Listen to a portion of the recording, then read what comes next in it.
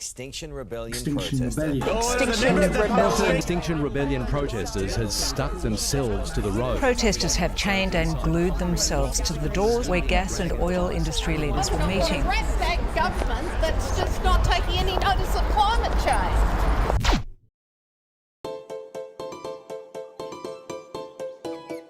Chaotic scenes this morning, Melissa. During question time, the Premier was actually at her feet making a statement when some members of the group Extinction Rebellion interrupted her. They were chanting, they unveiled some banners. They were quickly escorted out of the public gallery. So you introduce yourself? Yes, I'm John, and this is Ray, but above all, this is Chaos. And Chaos has been with us for 9 years now. He had his 9th birthday yesterday, but I've been married to Ray for 53 years, and she's my partner in crime. Yeah, so for my 70th birthday, John took me to be arrested at the Whitehaven coal protest in northern New South Wales at the Lead Forest. I think Ray has been arrested about 10 times, haven't you? And I've been arrested, I think, 7 or 8 times. I do prefer to be inside the cab and be able to talk to the police if I'm being arrested. Paddy wagons really aren't designed for the comfort of the prisoner. We're both professional people.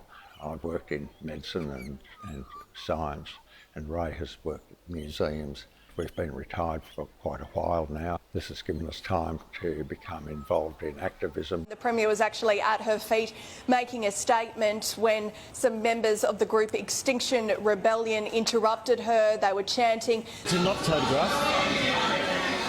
Order the member of the Pub Speakers Gallery.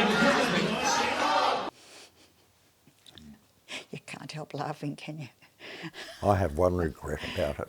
That is, I didn't fold my banner correctly beneath my shirt, and when I pulled it out, it fell down back to front. It made me realise it was a very good thing I wasn't one of the people who packed parachutes. I think putting a public banner in the street and waving to traffic is disruptive. It's just very mildly disruptive. We always get a few rev heads, you probably heard them this morning, that rev up their engines in protest as they go past. A few more this morning, I think, than normal.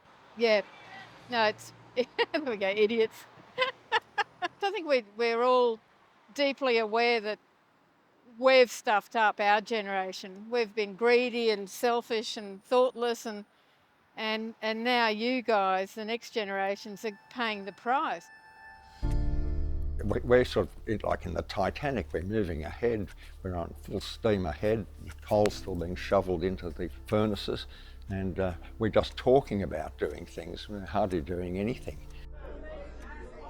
The train incident is famous in protest circles now as being the epitome of what Extinction Rebellion was initially wanting to do with public disruption, but that's probably, it's at the extreme end of their actions.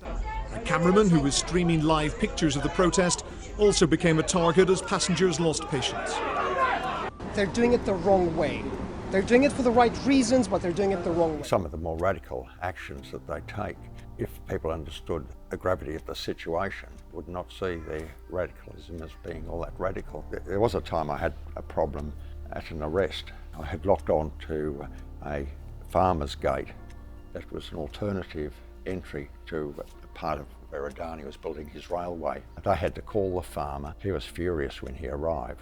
He shook the gate violently, which could have been lethal, and the police took no notice at all. A man in a red jacket was punching in the face a woman who was a commuter, also disrupted, who was calling on him to stop his violence.